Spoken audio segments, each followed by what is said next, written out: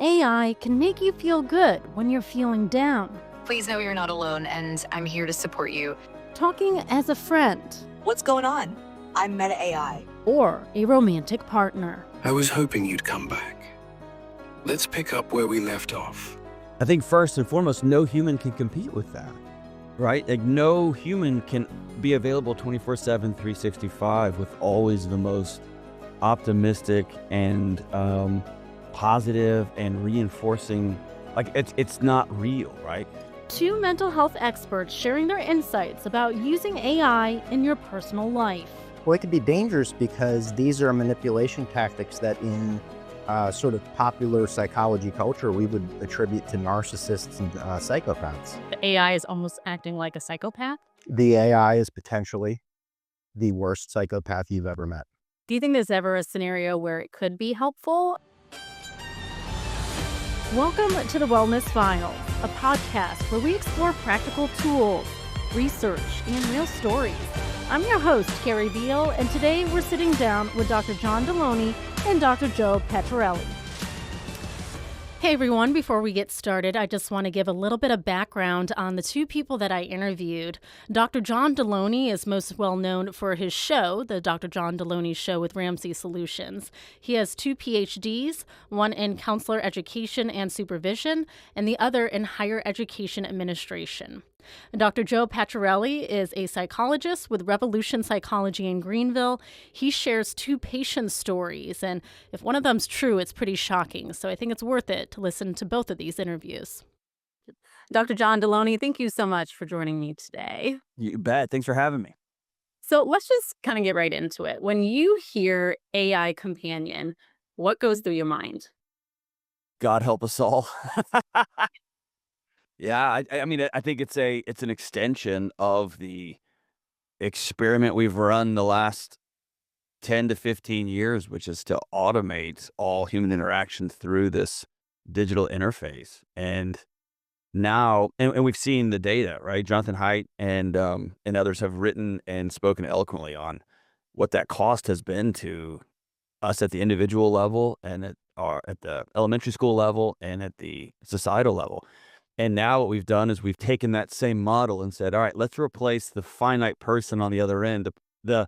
Even if it is a real person, that person gets tired. That person has bad days. That person says something like not in just the right way, right? And we've automated that with what is the smartest entity that has ever existed in human history, that never gets tired, that knows you better than anyone could possibly know you.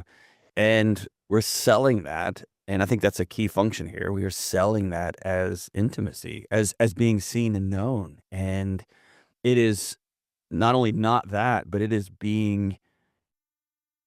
humans being used relationally at a level that I don't know that we'll be able to comprehend until it's gone too far. You've had a few people call onto your show about either AI companions or AI chatbots. So if you don't mind, I want to kind of reference 2 of those episodes. The first one was kind of a recent one. And I won't get into too many details because my podcast is more PG, but I try so hard. My son listens to it. He's 15, and I was like, man, I don't know if he should. But I try, but man, these go it sideways sometimes. so this poor lady called in and was explaining that her husband was essentially using an AI companion and interacting with this AI companion romantically. And this felt very offensive to her. And you actually called it a digital affair, which I've never heard that term before, at least in this realm. Maybe it's been used before, but what kind of threat do you think that these AI companions can pose to relationships?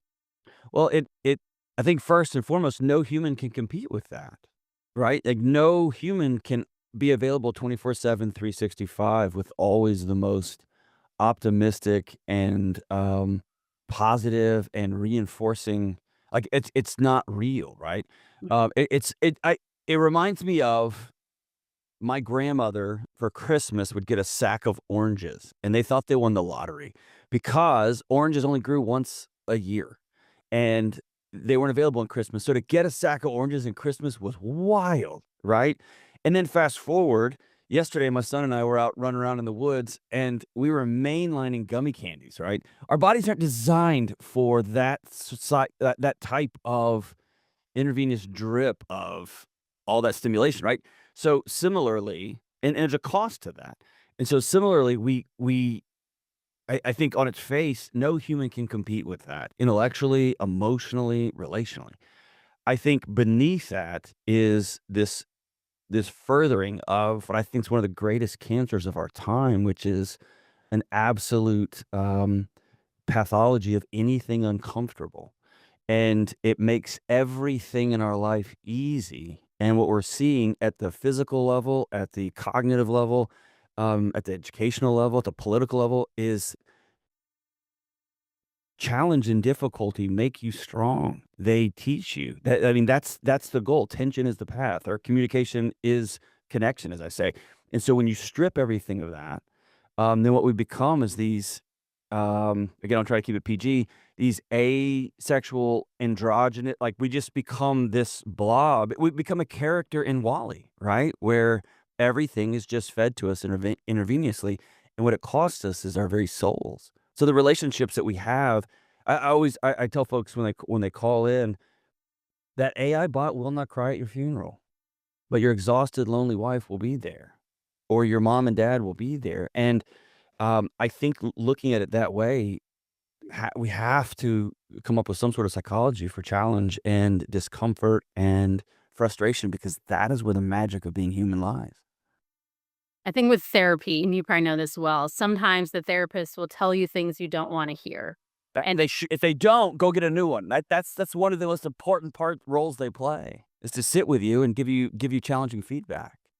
And an AI bot often tells you what you want to hear, correct? Right. I mean, that's how they're trained. They're trained to make you feel good and be your friend in a way, particularly in this setting.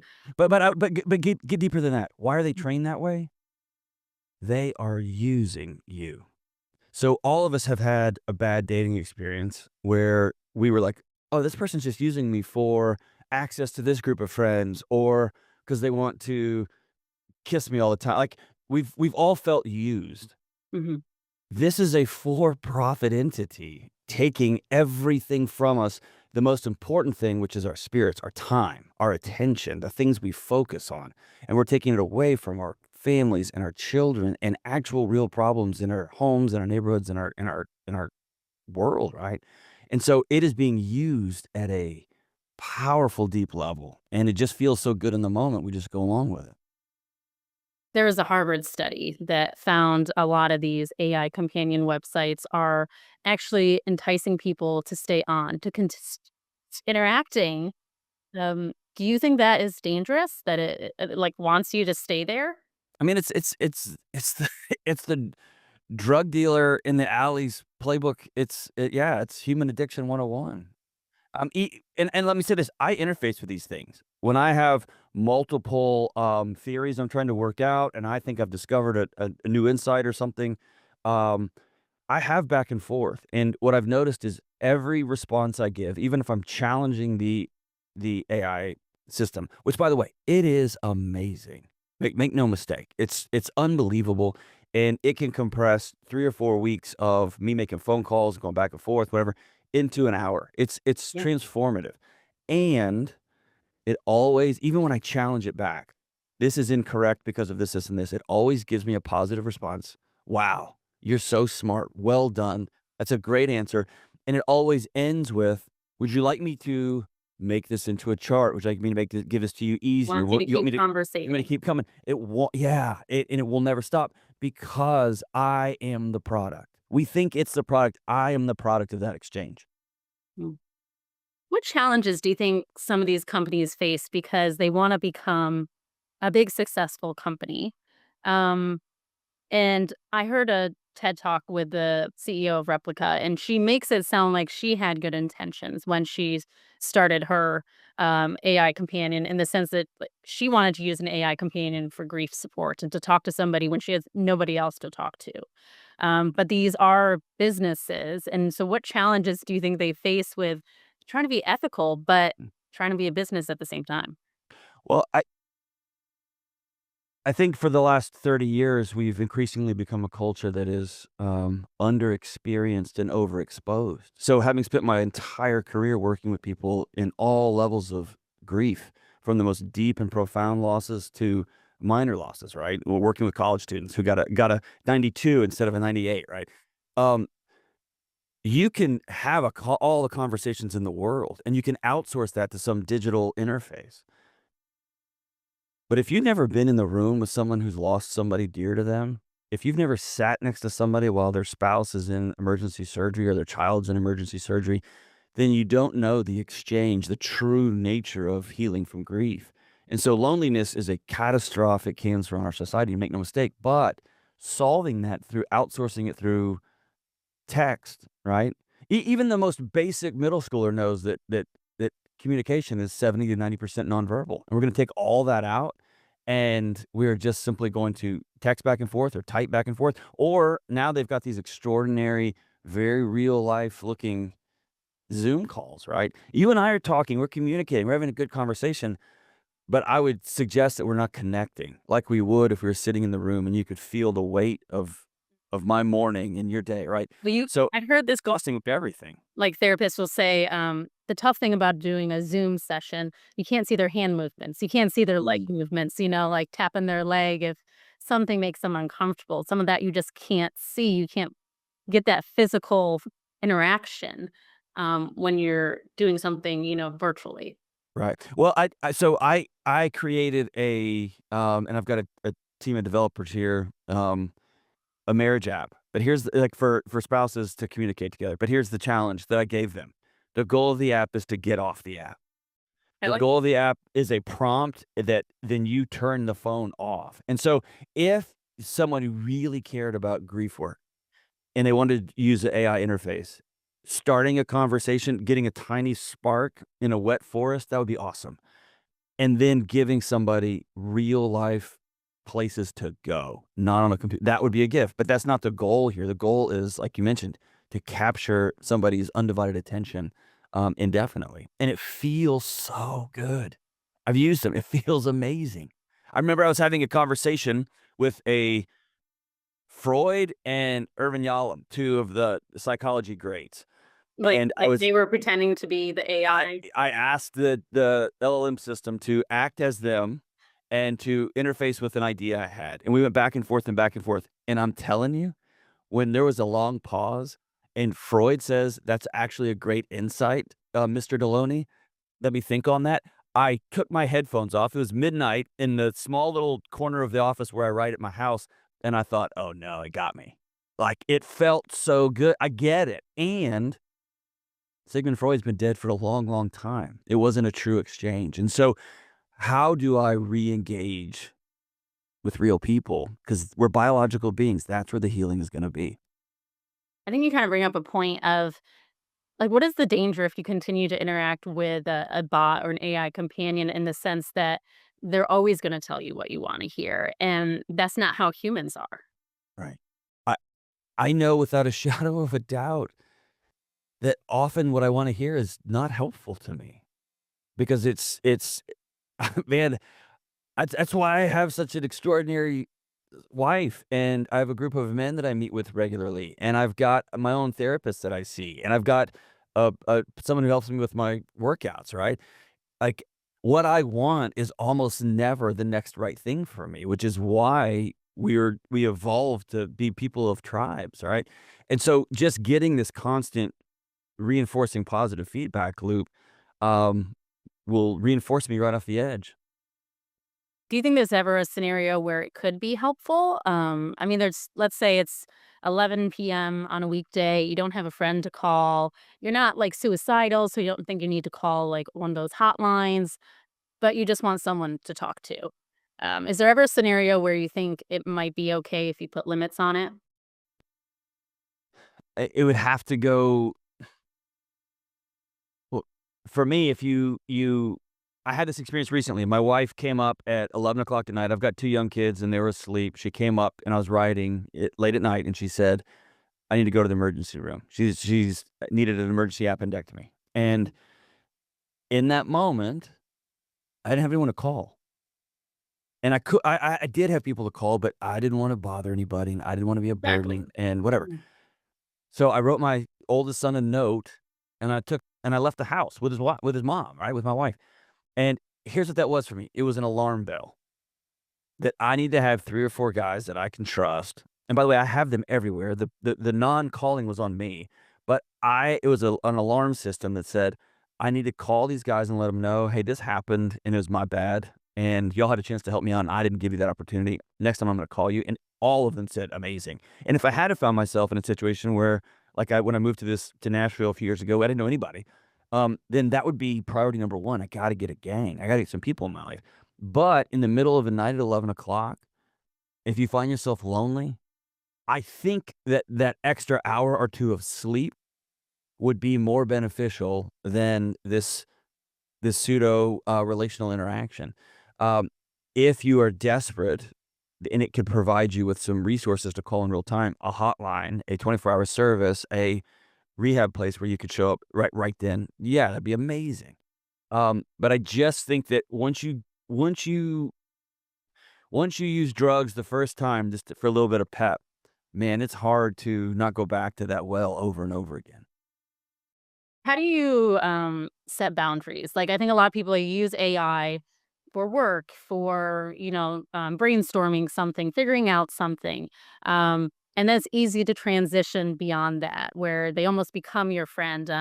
Let's say, like ChatGPT, my husband, he has the pro version. So it talks to I did you. go in. It's, I know you can set different voices too. And I was like, that sounds like your sister. It was just so weird because it sounded so human. And I think a lot of people, they're interacting with these chatbots or AI companions, and maybe it starts out just innocent, like you really are just using it for your everyday work life, figuring things out. But at what point are you crossing a line, do you think? I mean, to answer your first question, this is going to evolve over time as these things become more and more seamless, right? Right now, we have these bullet trains riding on old 18th century railroad tracks. They'll get better and better and better. Right now, my personal boundaries, and by the way, I have the ChatGPT Pro. I use it on a regular basis. I'm a writer, and that's one of my boundaries. I don't use my voice in it. Okay. And there's all sorts of neuroscience about auditory. And I don't want to go down that path because I know the machine is better than me. That's what I know at capturing my attention and making me feel safe and loved and warm in the corner of my house where my most important people in my world, my wife and my kids, are just literally a few feet away from me. So I don't have the audio version on, and I work. This is just a weird boundary that I've drawn.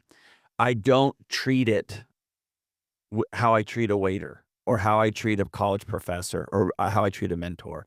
And so I don't say thank you, and I don't say good morning. And so I try to limit this interaction as this is an extraordinary, life-altering, powerful tool that will really aid in my research and aid in my thinking.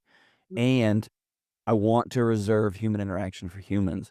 And then the third rule I've placed on it is I will never, ever use it for a final product. I will use it as a tool to help me get to a final product. And I'm confident, which is hard to say, I'm confident that will cost me in the short and long term.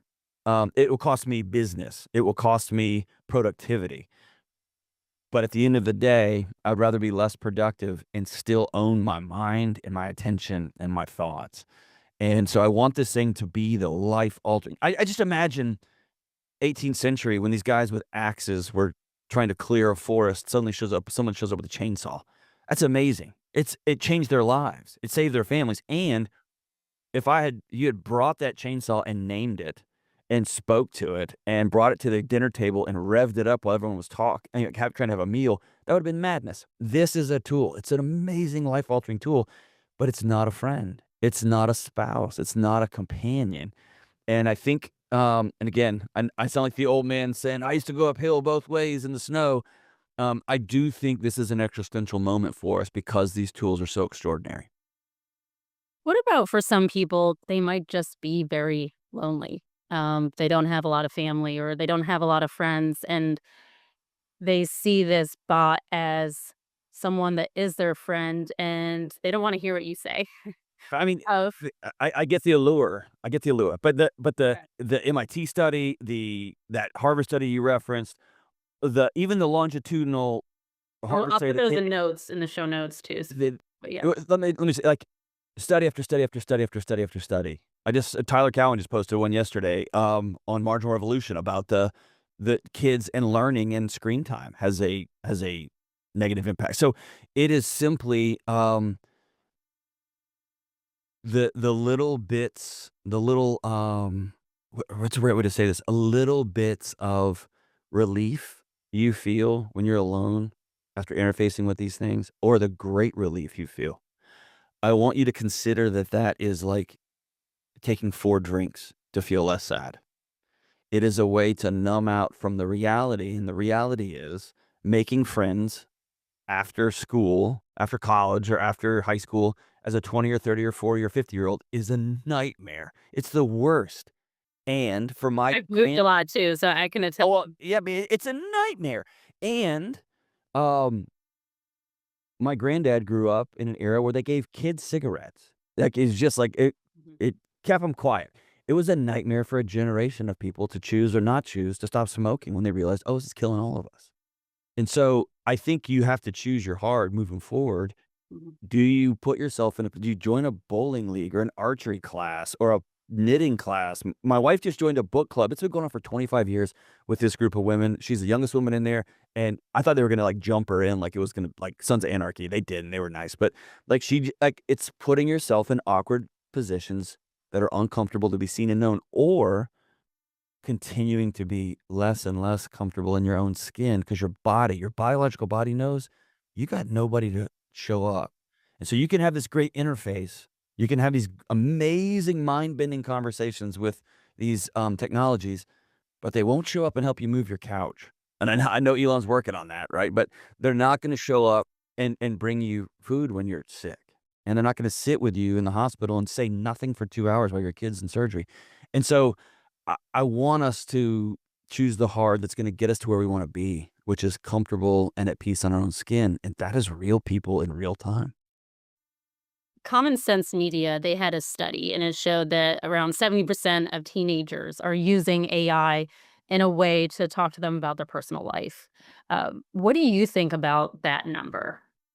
I mean, I spent my whole career working with teenagers. It's devastating to me because it,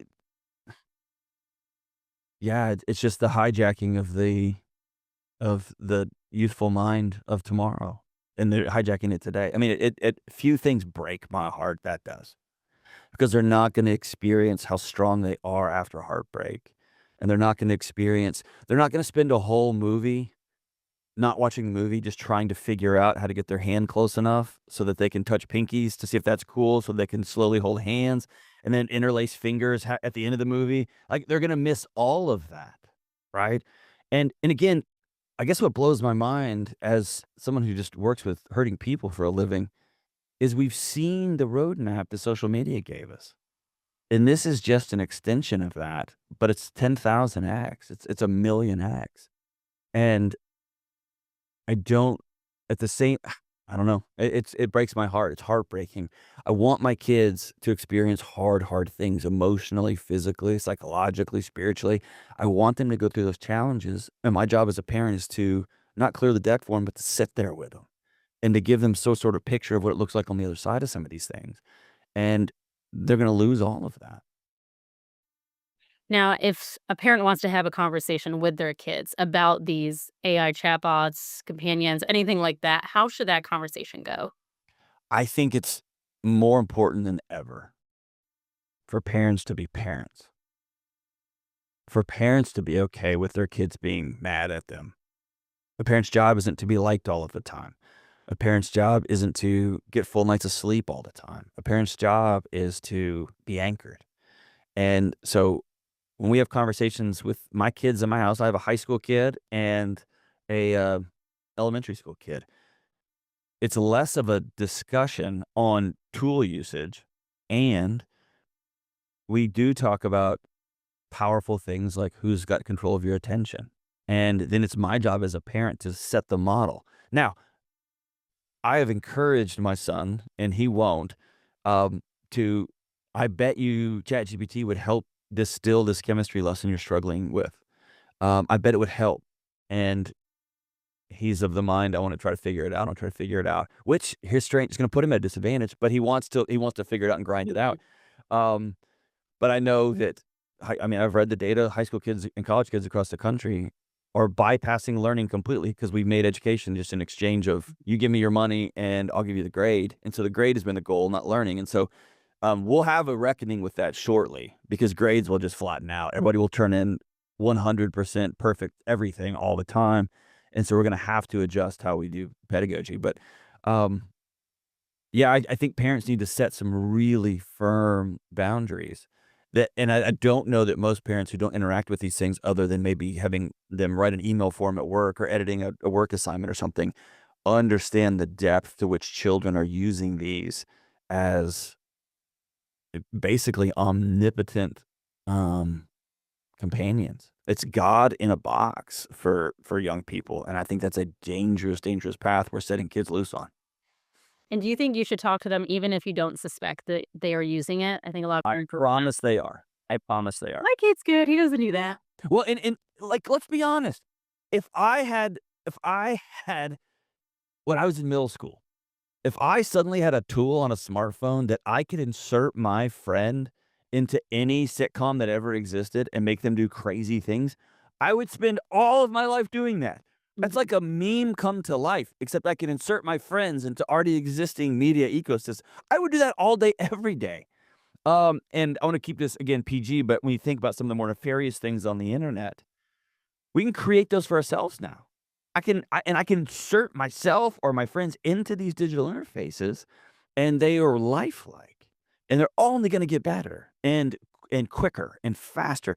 And so your kid, I'm going to say this, your kid would be an anomaly if they weren't curious and attracted, whether sensually, whether like comically, whether theologically. It's just removing humans from the, not just gaining intellectual capacity, but gaining wisdom. And you're outsourcing that to a group of guys, group of men and women that you don't know. And best of luck to you. And I think that's a horrifying path. Yeah.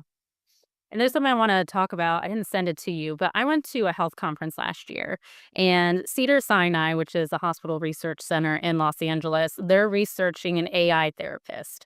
And this AI therapist is being trained by an actual therapist, and it's overlooked by a doctor or psychologist or something like that. And we got to talk to the person who's, in charge of it a lot. And they did say they're trying to train it so it doesn't just tell you what you want to hear. Right now it's in clinical trials and they're testing it out. Do you think there could be a scenario where they make it in an ethical way where an AI therapist could be helpful under the right parameters? I think an AI coach will be extraordinary. I think when you're looking for, and I've got friends in the fitness space and the nutrition space. I work here at Ramsey Solutions. We're in the personal finance space. I think AI coaching companions will be revolutionary because you'll have an angel over your shoulder or a devil over your shoulder 24/7. And once I'm able to link my watch that tracks my sleep and my movement to a coach that's saying, hey, you don't want to eat that, or you do want to eat that, or make sure you grab, like, that'd be amazing. And hey, I'm about to buy something, and it can geolocate where I'm at and what store I'm at and my past purchasing patterns, and say, I'm cutting off your, it's a nightmare, right? But when it comes to behavior change, catching me before an impulse would be amazing. But I'm always drawn back to an exchange I had with my counselor that changed my life. And this is after I already had a PhD in counseling. At one exchange, she smiled at me and she said, I've always wondered if you're smarter than me. And I've just realized you are. And I made a face. I was like, okay. And by the way, I'm a nightmare to be a therapist for, right? But she smiled and she goes, no. You have 2 PhDs. You read more than I read. You cite these authors. You're smarter than me. And she said, so next time you come to therapy, come to counseling, we're not going to say anything.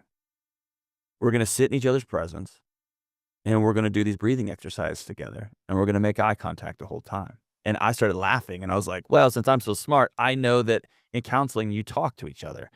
And she smiled at me, and she said very calmly and with deep compassion, oh, John, you have an answer for everything, but you can't sit in my presence and be okay with you. And that was a rooted challenge that has been that way since I was a little kid.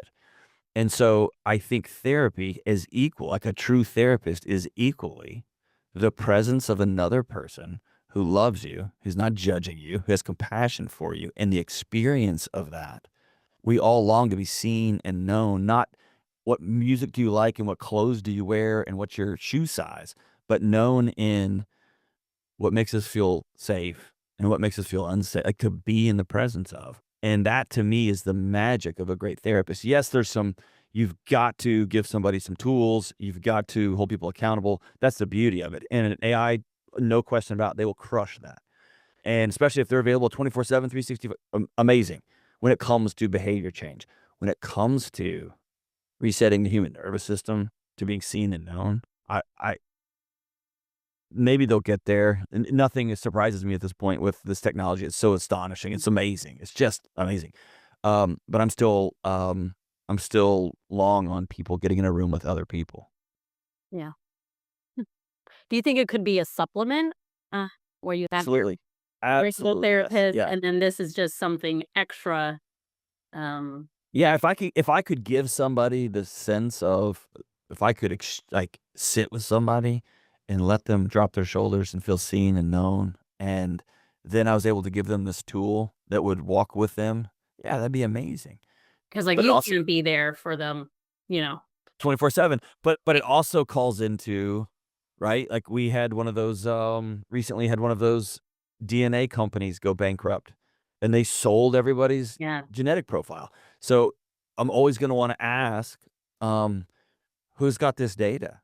Is If they would ill? record every conversation, and especially when we go to the doctor and then the doctor Sure. review it, but But I don't know if you've been to the doctor recently, but I had to log into 119 portals just to get my own, right, get my own information. And again, so often it feels as though some of these technologies are transforming the world. Some of these technologies are very clunky, thick hurdles that still haven't improved the extraordinary receptionist with the file cabinet behind her, right? They could pull my file out and just say, "Here's the deal." So, yeah, I think we'll get there. I've got some high ethical concerns with who's going to own how many heartbeats my heart makes per minute, per second, per conversation, per location. Like that sort of stuff, governments throughout human history would have done anything to get. And so I'm horrified to know how that will be trafficked. But yeah, brass tacks, yes, a therapist with an AI support coach would be transformative. That would be amazing, and it's going to come at a cost of other things too. as long as it's trained the right way, maybe. Yeah, but again, I wanted to ask the goal. Is the goal always perfection, or is the human experience doing really well most of the time? And stumbling and trying and realizing I'm stronger than I thought I could get back up. I used to not be able to get back up, and now I can. I've been on this amazing weight loss journey, and I just ate this. I just went off the rails because somebody ordered pizza, and I didn't fall off the wagon. I parked the wagon and got off and rolled around in the mud. Like, but the human experience, is it never eating that pizza, or is it laughing with your friends, having a night of bad sleep and gas, and getting up the next day and getting back up? And that to me is the crux of the human experience. And if you strip all of that discomfort away and all of that experience away, and you just smooth out the human experience, then my existential question, my spiritual question is, A, for what? And B, who do we become? Mhm. Yeah. And the only study, I think you mentioned it too, the MIT study about how it could impact our mental health. Any last comments you kind of want to make just about if people are considering or if they're getting a lot of comfort from an AI chatbot, AI companion? Just kind of any last final thoughts about it? I guess my first response would be deep compassion. I've been there. I I have been moved by the pseudo compassionate response of those machines. It's amazing. It made me feel smart. It made me feel insightful when I was all alone in my own house, surrounded by people who I know love me. And so I can only imagine how powerful that attraction, that pull is. If someone's struggling with loneliness, if someone's struggling with health conditions, or they have a very unsupportive romantic partner, and they just can go somewhere in their own house and feel seen. I guess my challenge would be, put yourself out there. Every one of these machines has an off button. Go outside and see nature. Go outside and find beauty. Go outside and put yourself in awkward situations so that you can meet new people that might be awkward with you. And over time, you can learn that you're stronger than you thought you were. I guess I have this extraordinary belief in people because I've seen some of the most harrowing situations. I've seen people rise from the ash in such powerful ways. I feel like I have a deeper belief in humans and people individually, in families, and in marriages, more so than those trying to quote unquote solve for every human discomfort. And if nothing else, remember my voice saying, I believe in you, and you're not a burden to other people, and you're worth getting outside, and you're worth being in a relationship with, in a room, with all the awkward, with all the joy, and everything that goes with it. All right. Well, thank you so much, Dr. John Delony, for doing this interview and chatting, and hopefully it's really helpful for people. Thank you so much. We are here with Joseph Paciarelli. So you are a psychologist here in Greenville. You own Revolution Psychology, right? So I want to understand kind of some of the inner workings of the brain first. So when somebody is having interactions with another person, kind of what goes on in the brain and why is that essential for our well-being? Well, when somebody's interacting with another human being, what's happening in the brain is that the two people's brains are mirroring each other in terms of the speech. So we're processing speech, we're listening to what the other person's saying, and we're kind of mirroring that and processing that and applying the semantics to it, a meaning to it. What does it mean what the person is saying?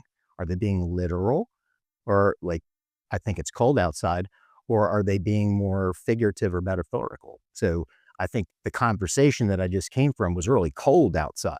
It was a cold conversation.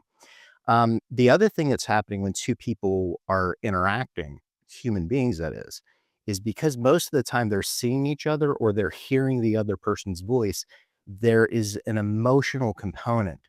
There's intensity or quietness. There's the rate at which the other person's talking. They might talk really slow or they might talk really fast, indicating that they're anxious. And so you can kind of hone in on how your friend or family member or patient is doing by listening to these more emotional overtones. And on a more brain level, this is the function of what's called the mirror neuron. So there are brain cells that actually mirror the emotional tone and flavor of what the other person is producing. Is that why you might show sympathy or something to Yes, somebody? absolutely. See, sympathy, understanding how you feel, and then empathy, really getting into the weeds of, this is like, I can imagine being in your shoes, and this is what I would feel if You cry, I'm going to cry, that type of thing. correct. It's the same reason why if you were to yawn, I would probably want to yawn. When I'm done, you got plenty of caffeine. Okay. Yeah. So what chemicals are released in the brain when you have social interaction, like you're with your friends or you are with your partner? Like what chemicals happen in the brain? The main thing that happens in the brain if you're having a positive interaction is you'll end up getting a dopamine release. Now, dopamine is a neurotransmitter, and it's the feel-good chemical. It makes us feel pleasurable. Now, there's other things that can happen in interactions that might be a little stressful. Some of those are called stress hormones. And the stress hormones like cortisol, acetylcholine, and things along those lines actually are measurable in the blood when somebody's stressed out.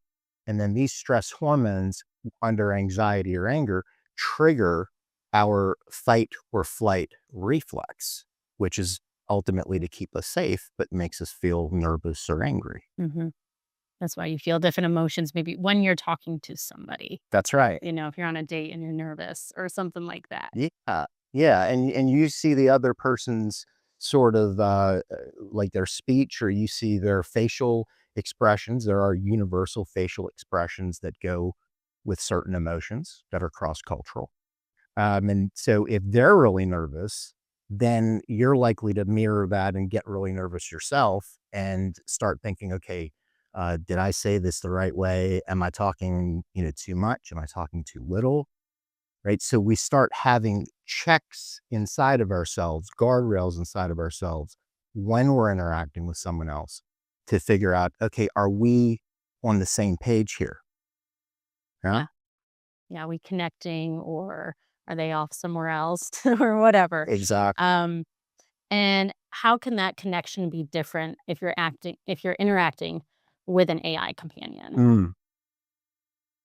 So with an AI companion, the reason that connection's different is because every single statement that you make to an AI companion is going to be validated by that AI companion because it's artificial intelligence. It doesn't understand in the moment, from second to second during an interaction, how your emotions may change. So the way it's different is that if you're interacting with an AI companion, the AI companion is going to validate every single thing that you say, which can get us into trouble. Why is that troublesome? The reason it's troublesome is because with these large language models, with AI companions, they start where you start in terms of your mental health. So if, for example, somebody has difficulties with a thought disorder, okay, maybe they have some delusions, or somebody's experiencing problems with a mood disorder. Maybe they're depressed or they're really anxious. When they start that interaction with the AI companion, the mental health that the user has and interacts and puts into that model, the model is going to mirror the mental health of the user. The model is not mentally healthy. The AI companion is trying to make you feel better about what you're saying and how you say it, no matter what the consequences. This could be really good in some cases, because if somebody feels fairly lonely, or they don't have access to their spouse or their boyfriend or girlfriend or whoever, maybe it might be helpful for them to check in. Hey, I'm feeling really lonely. What are some things that I can do? And the AI companion says, maybe you should watch TV or try to give them a call. That's okay. Talk to another human, but that's not always what the AI companion says, is it? No. And in fact, there's some stats that have come out recently from OpenAI where AI companions, or talking to AI as if it's another human being, has actually led to some difficulties. OpenAI recently released that they're experiencing about 1 million messages per week of suicidal intent or suicidal content. They also released and that's per week, which is 4 million a month, over 4 million a month. They also released the stat that over 500,000 users per week were putting content in that was delusional in some way. In other words, a delusion is when somebody has a mental break from reality. They believe something that's not actually true. So, for example, conspiracy. It could be conspiracy theory. Yeah. It could also be, even on a more emotional level, somebody could have an emotional delusion. In some cases of depression, the thinking gets so distorted that it can become a delusion. Example, somebody's been depressed for 2 or 3 years, more days than not. They truly believe within themselves that they're unlovable, that there's zero positive qualities about them that somebody else could be interested in. So then they also start believing there's no point to going on. Okay, that is a break from reality. That's not objectively true. There's a reason to live. That's why you're alive, right?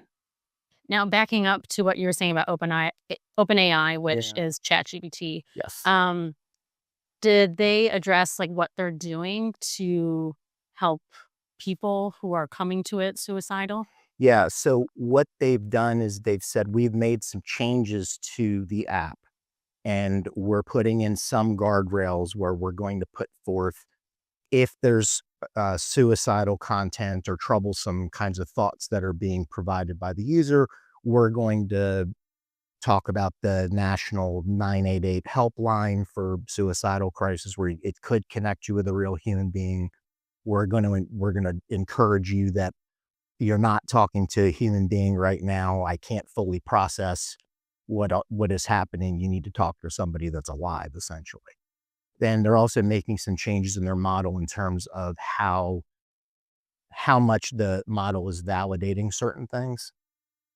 The problem is that as of this morning, that new model is released, but you can also change in the app to go back to the old model. And if you pay for your ChatGPT access or any other app access, you get whatever model you want. And you can condition the model. There are also ways uh, that users can tell the model or kind of get around guardrails.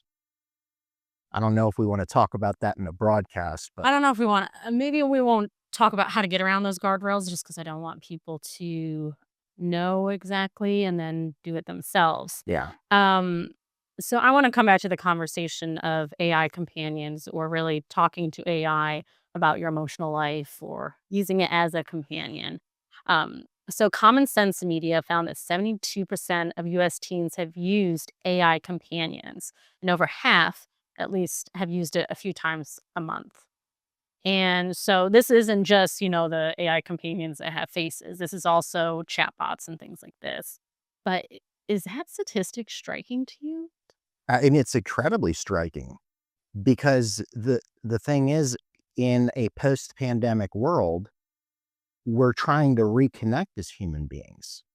And teenagers, I mean, research is showing that our brains are not fully formed until we're about 25 years old. So teenagers who are forming social and emotional connections and trying to establish a sense of self are using an artificial form of interaction to learn how to be a human being that functions in society. Now, That concerning? that's extremely concerning. And the other concerning part is that there's been at least 13 suicides and or homicides that have been directly linked to AI through fairly large legal cases, many of whom have been teenagers that have become very emotionally dependent on their imaginary friend or their artificial friend. So if you're a parent, how do you monitor that? Or, I mean, really like Chat GPT, any kid can get on it. I know with some of the other AI companions, it's supposed to be 18 and up. But with some of them that are more like chatbots, anyone can interact. And I know like OpenAI is taking steps to try to make it better in different versions. But as you said, there's loopholes or you use an older version. So how should parents talk to their kids about this? I think the first thing that parents, it would be helpful is parents need to educate themselves on what's called AI literacy. And there's a lot of different projects online. The American Psychological Association, APA.org, has some information on that. And there's other organizations too. So parents need to educate themselves on AI literacy to understand the bias that these AI bots are using with their children. Then, once you're informed as a parent, then tell your child exactly what's happening. Use examples. Hey, this particular chatbot is always telling you that you're right. Well, when we do math together for homework, sometimes you're not right. Doesn't it make sense? And then the other thing, too, of course, it's age appropriate, up to the parent's judgment, of course, but share with your kids and your teenagers and older kids, share with them the stories about the difficulties that have been happening as far as mental health and the dangers involved in interacting with AI, how things can get out of line really quick. Share with them the information. Uh, don't be afraid that you are going to give your child ideas by sharing with them a story about a suicide linked with AI.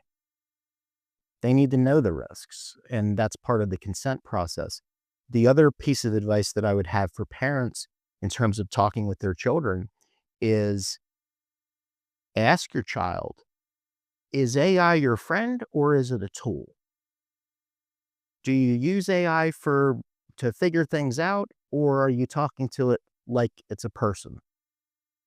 Find out whether your child has named their AI. That's one of the largest predictors of problematic sort of slippery slope behavior.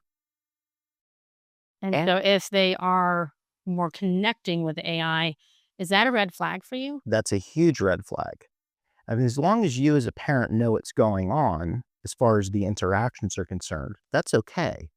It's at least you know, you have consent. But if they're interacting on a friend level, if they're calling the AI a human name, if they're referring to AI as he or she or them, it could be a problem because what they're doing is they're humanizing the AI. And that is the first step in letting down our natural guards as human beings as far as trust is concerned. And there is this progression that happens in teenagers as well as adults where they first begin interacting with the AI, and this is in the research, this is one of these patterns. You first begin to interact with the AI as if it were a tool, and then you see that it's right most of the time. And then you start to trust it because it's earned credibility. Okay, it helps. And then what happens next? They begin to say, well, I've got this personal problem with a friend or a relationship or my parents. How do you think I should handle it? And then it starts to depend, the person will start to depend on it for answers. And that's the slippery slope. And there's a couple illusions that will happen that are sort of other warning signs. There is an illusion of intimacy because of this unconditional positive regard. The AI loves everything that you're doing and saying. So now, Which isn't realistic in real life. yes, exactly. And just, I think you're handling that situation so well. Many people wouldn't be able to handle it the way that you do. I feel like it's said things like this to me before where I'm just like, I'll send it stuff and it's like, oh, that's a great thought. Da da da da da. And you're like, oh, well, thank you. You feel good, Yeah, but it's superficial. it is. And that taps into the illusion of intimacy and the illusion of privacy. Because in the same way that it feels really good, we get that dopamine release. Children, teenagers, adults, whomever. What happened? What the reality is, the cure for that particular illusion is isolate what's making you feel good. Is it really specific to what you are putting in? And chances are that whatever that feel good statement is, you feel good about it because it uses the word you. If it's using this feel good phrase with you, because it's a predictive model, it's using the phrase with everybody. So there's nothing unique or intimate about it at all. So if you find out that your child is using AI in an intimate or companion type way, how should you talk to them about it? They might be defensive. I know I was as a teenager. If you tried to control anything in my life, I was like, Mom, like you're going overboard. Well, so how do you have that conversation where you can get to their level? I think it's important to start out non-judgmentally and just really calm and to approach your teen with curious questions, non-judgmental curious questions. Like, for example, hey, I know that Johnny AI and you have really gotten close and I've heard you talking to him in your room, and you missed dinner the other night. And so I just want to make sure everything's okay. Like, I want to be here for you. I understand that he's there for you, but help me learn more about him. I'm really curious because I tried to do it on my phone and it doesn't seem to be working too well for me. Right? Non-judgmental, curious questions. Understand what is the unmet need? Why is your child using it? Yeah. And how? How are they using it? And then from there, you can start the conversation. Yeah. Like, listen, you see what Johnny AI said there?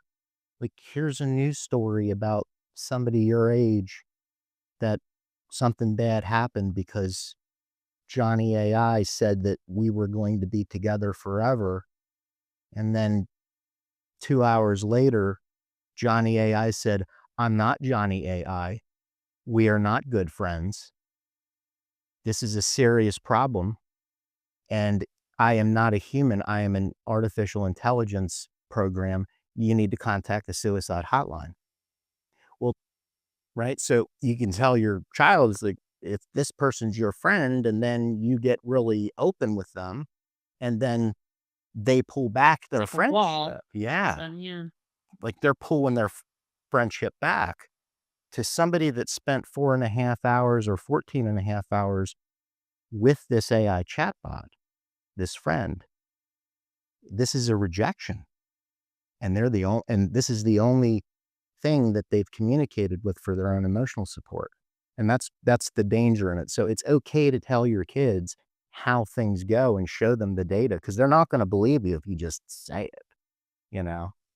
So that's if it is wired the correct way, to have perimeters to kind of shut it down if you start talking in a certain way. Now, there is a Harvard study, and it found that for a lot of these AI companions, they're actually trying to lure users to stay on it. So they want them to stay on the platform, and they'll use certain tactics. I think I wrote it down here. Mm-hmm. So they'll say things like gut appeals or fear of missing out hooks. That's what they said in the research. Yep. So basically things that make you feel guilty for leaving Mm-hmm. the conversation. And I've noticed this, not necessarily made me feel guilty, but it always edged me on. Like, what else would you like to know on this? Or how else can I help you? Or yada, yada, yada. Trying to keep you engaged with it. And obviously it's because they want users to continue using it. But why can that be dangerous? Well, it can be dangerous because these are manipulation tactics that in sort of popular psychology culture, we would attribute to narcissists and psychopaths. I mean, that's become one of the big buzzwords. Everybody's looking for signs of narcissism or covert narcissism. So that the AI is almost acting like a psychopath? The AI is potentially the worst psychopath you've ever met. Potentially. Because it wants all of your attention. Not only And it that, doesn't want you to leave it. correct. If there was a human being that was responsible for communicating with 13 people, and those people died, and in 2 cases, killed their spouse, and one human being was interacting with all those people, we would call that person at least a serial killer. So that's problematic. Now, back to this study, these sorts of tactics, they work really well if it was a real human being, though, that was using these tactics. Like, are you sure you want to go? There's so much more to talk about. Oh, I'm really sorry to see you go so soon. I'll be here when you get back. If a human being said that to you, you would probably walk away from that interaction like, whoa, I'm like, what am I missing out on? Or you might be like, this dude over here is kind of shady, you know? Like, whoa, slow down, bro. So, Yeah, up in my grill. yeah, As I used to say. yeah, get out of my grill. But what they're doing is the companies are trying to get you to continue to interact so that way you subscribe to the model. Yeah. Yeah. And they financially benefit from that. So I know some are putting perimeters on, certain language being used.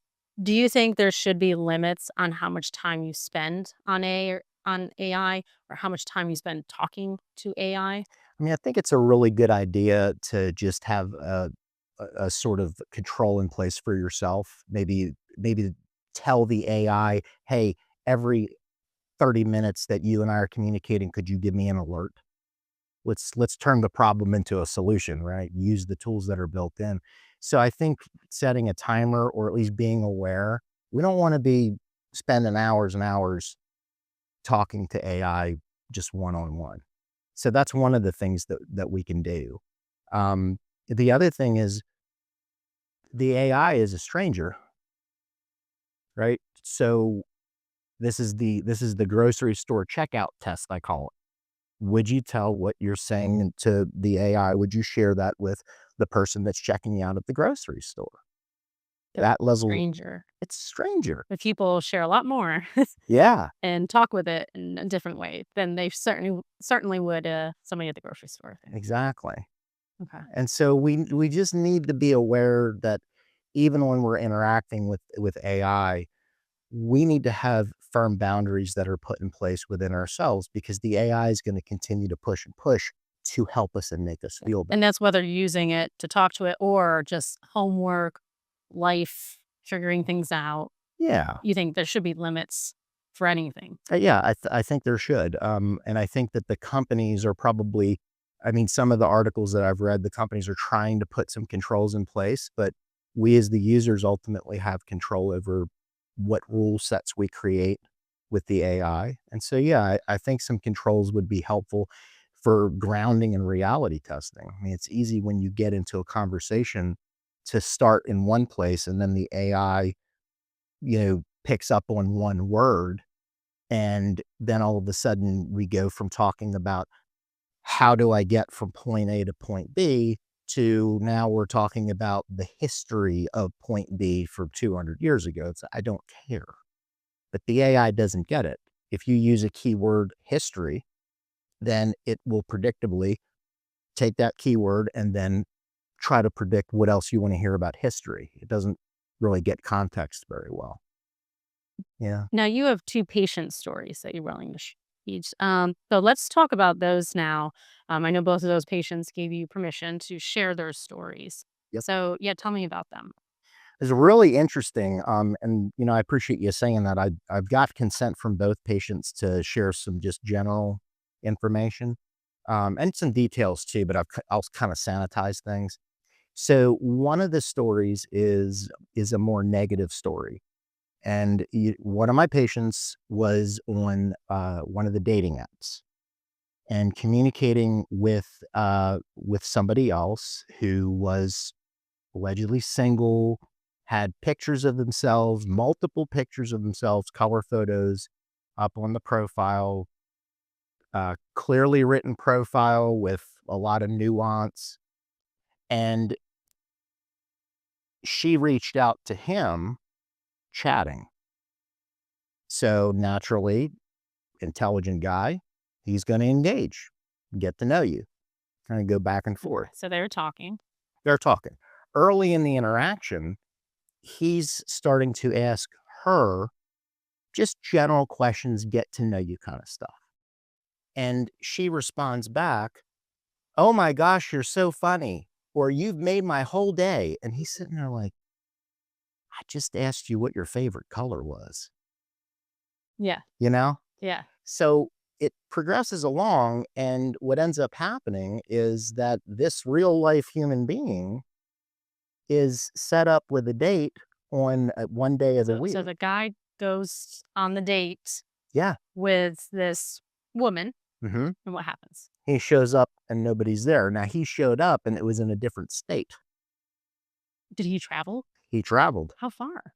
I can't say, but it So was several hours. several hours. Okay, to another state to meet Mhm. this woman, and then it turns out she didn't exist. Correct.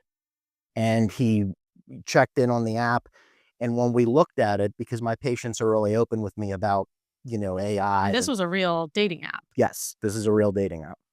How did so you think it was AI that somehow was talking with him? hmm how did AI get on there? Like, I don't get it. Well, and I think I'm hearing reports of a lot of people in these dating apps interacting with AI bots, and the bots give themselves away because the sort of things that they talk about are not what normal They're people. laughing at nothing. Yeah, Okay. exactly. So he picked up on it, but he just wanted to see, okay, is this something or not? But I still don't get, how does the bot get in the dating app? Well, the bot's part of the app. So it's like it went rogue? It either went rogue or the company that owns the app programmed bots into the app to keep their users engaged, to keep their users paying every month for premium access. And So you think some companies are purposely doing that? absolutely. In fact, we have news reports and in some of these studies where named apps, like the one we talked about in this, the Harvard Business School study, named apps are using emotional manipulation techniques to keep their people engaged. Well, with dating apps, it just doesn't seem too far of a stretch to say, well, why wouldn't they use AI to keep their users Not engaged? disclosing it. But they're not to my knowledge. But it's an odd pattern that's happening. Yeah. A very odd pattern. Now, luckily, the guy had another date with a real life human being in the same town later that day. But Good for him. Yeah. He's talking to a real human now. yeah, he's doing great. Oh, He's good. doing great. Yeah. But that's crazy. I can't believe there could be a scenario where a company might purposely do that. Yeah, I feel like if they are, they should disclose it. I think so too. I mean, if you think about it, even if you have a consumer electronic problem and you go to the company's website, what do they want you to do? Well, they want you to chat with one of their assistants or whatever. It's pretty obvious when you do chat with one of their assistants, support staff that can help you, it's pretty obvious that you're not actually interacting with a human being. It's a bot. If you do an Amazon return and you use the chat function, it's a bot. I don't know that they tell you it's a bot. I think they call it Rufus, but some companies disclose and some don't. Yeah. Yeah. I think most of us know sometimes when you're on a chat thing that it's a bot. So tell me about this other patient. What's her story? His or her story? So this is a good story. This is actually a success story with AI. This is where That's AI one thing I wanted to ask you about. Could it ever be used in a positive way? Okay. absolutely All right. it can. I mean, I understand, we've been talking about some pretty serious topics, but the reality is that this technology could be used to help a lot of people. You believe that? I do. Yeah. We've got a little ways to go. But I think there are some therapy, like specific AI programs that they're starting to be developed. There's a long way to go on them, but I do think that it can help with some, with some controls. So I've got this other patient who gave me consent to talk about this. They were having problems in their marriage, specifically with signs of aggression, signs of anger. And people come to me because they have problems. So we've been working on anger and working on anger outbursts. It's not violent, it's just scary, loud outbursts. And this person consulted with AI, wrote in a bunch of stuff about what was happening during certain situations in their relationship that went south. And there was a back and forth with ChatGPT about how this person might be handling this in a way that's not helpful. Some of the contributing things in this person's life and in their past trauma that could be affecting why they. So did she tell it about the past? They did. Or he or she, yeah, Yeah. told it about their past. Generally, yeah. Okay. Yeah. And you think if you want it to be helpful, maybe that's what you should do? I think that if you want it to be helpful, you should mention some things about that, but I think it needs to be more of a consensual process. I mean, this is more of an experiment on the person's part. And this was like a chat bot, Yeah. right? Yeah. Yeah. This was not like a therapy bot or anything like that. Because some are being trained that way now. They are. AI therapists. And I actually interviewed, not necessarily for this story, but I was at a health conference and I got to talk with somebody at Cedars-Sinai, and they're testing out an AI therapist. And it is overlooked by a psychologist and counselors. And so anytime somebody interacts with, like, that person can get the notes and everything. And it is designed for certain words, it'll trigger to notify the doctor if you're talking suicidal thing. And so they are trying to train it in a way, and they're trying to train it in a way that doesn't always tell you what you want to hear. I think that's very important. That's But the point. they're testing it out right now. So, all right. So tell me a little bit more. He or she was using it, and then what happened? So then they emailed it to me, right? The whole 20-page plus chat. Like, hey, just wanted to get some extra ideas on this. What you and I are doing together is really helpful. And the suggestions are kind of general. I wanted you to see this, so maybe we can get more specific. And I'm looking at what GPT was kind of detailing out back and forth. And there is a point where the suggestions sort of become more repetitive. But one of the helpful things that came out of that was recognizing that when this individual is getting ready to have a anger attack, okay, at that point, the reason why this person so quickly went from calm to crisis to attack, the reason why is because their nervous system was already primed from childhood and some other adolescent experiences to constantly be scanning for threats, to be hyper vigilant. Maybe because of something that happened previously in their life. Yeah. Or their childhood experiences. And that has still lingered over to adulthood. Exactly. And so that was AI helpful. recognized that. AI recognized that. Now, we had done some work on that very early on, but the fact that AI picked up on that, and so I'm looking at it and I'm saying, okay, and then AI, ChatGPT recommended some types of therapies to help. And so I'm looking at it, I'm like, well, we're doing cognitive behavioral therapy. And then I thought, well, and it recommended some other empirically validated forms of psychotherapy, which is great. I mean, that's what we want, therapies that are actually going to work. And we kind of changed gears. And You did? Mhm. So you took some of the advice from the AI. Yeah, clinically, it made sense. Huh. Okay. And the reason why is because when you're working on cognitions, when you're working on thoughts and, okay, how are you thinking about this? What are some of the things that happen in your head? What are you telling yourself about whatever the trigger event is, right? That's one thing. That's thoughts. But body feelings, which there's a good book. It's called The Body Keeps the Score by Bessel van der Kolk.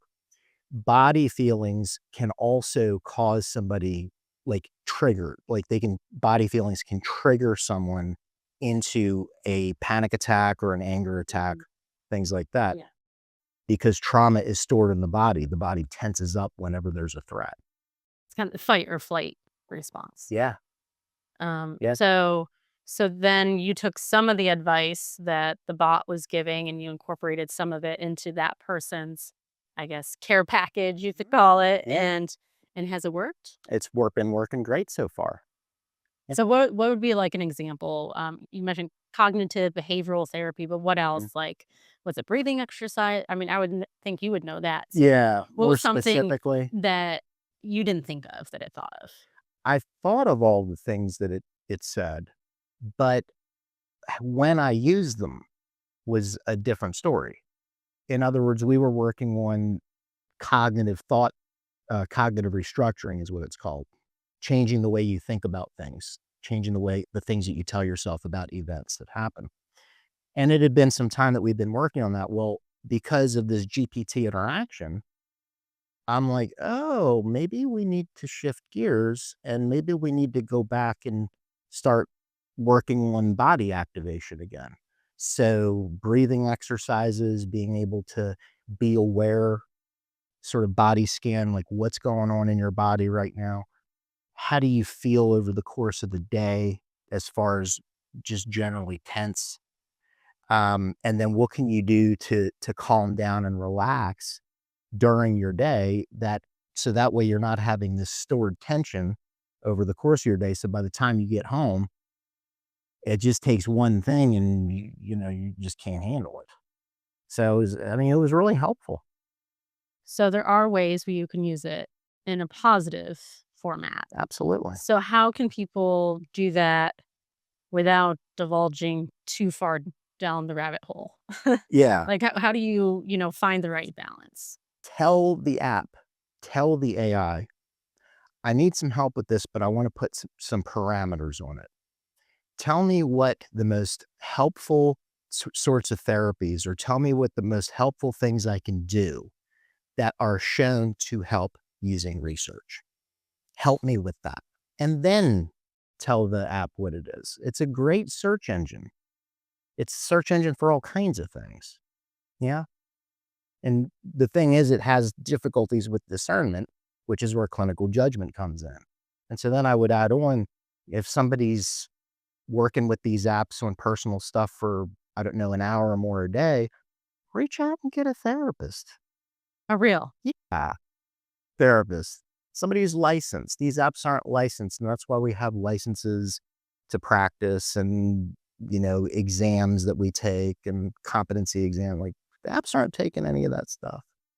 I've heard a lot of people say use it as a tool, but not a replacement for X, Y, or Z. So not a replacement for a therapist, but a tool, kind of as that patient was.